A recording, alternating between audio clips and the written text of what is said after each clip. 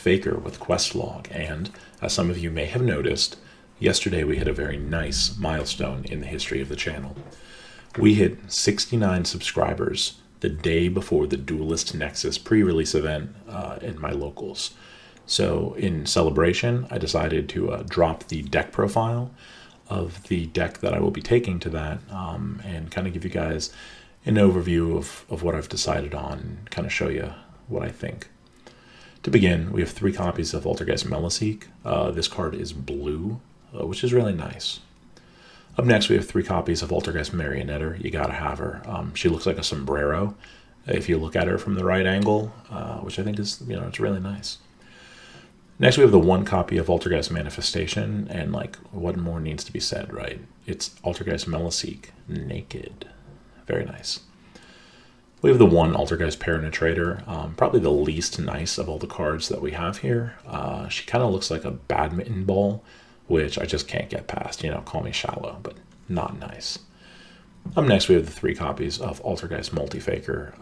On top of being very powerful, she also reminds me of the gas station logo from the Toy Story movies, which is very nice.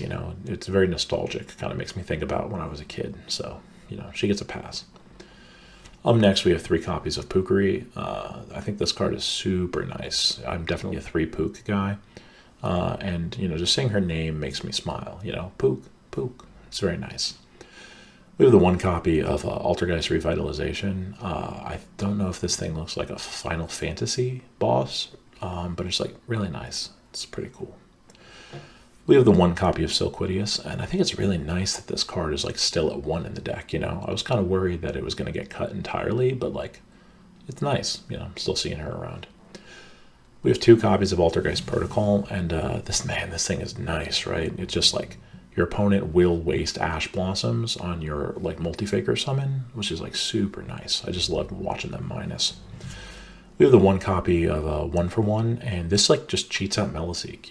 It's super nice that you can just get the card in field that starts everything without having to waste a normal summon. It's crazy nice, and it puts a card in grave for Maulwisp.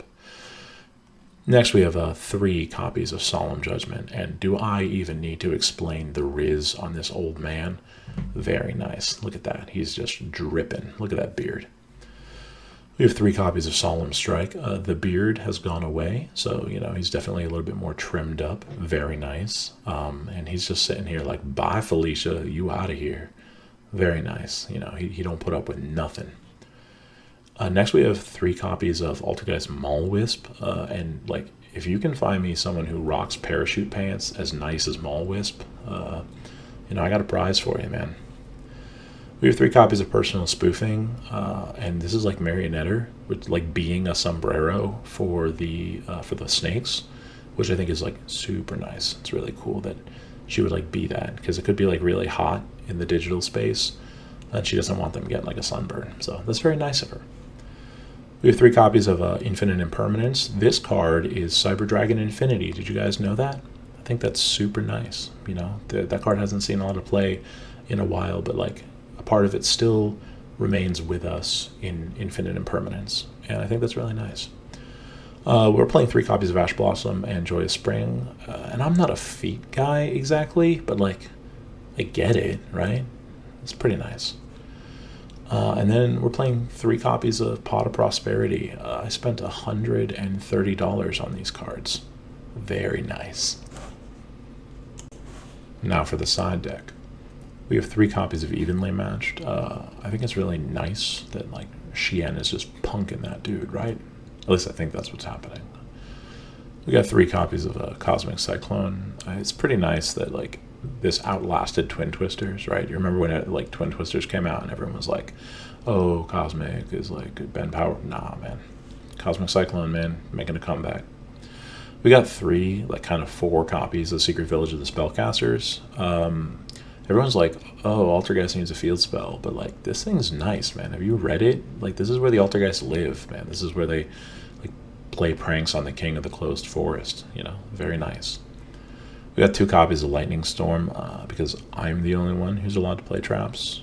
It's not nice to play traps against me, And then we got 3 copies of Droll and Lockbird because I don't know which one is the Droll and which one is the Lockbird. I'm not sure. Either way, it's a nice card. Kind of stops combo decks in their tracks.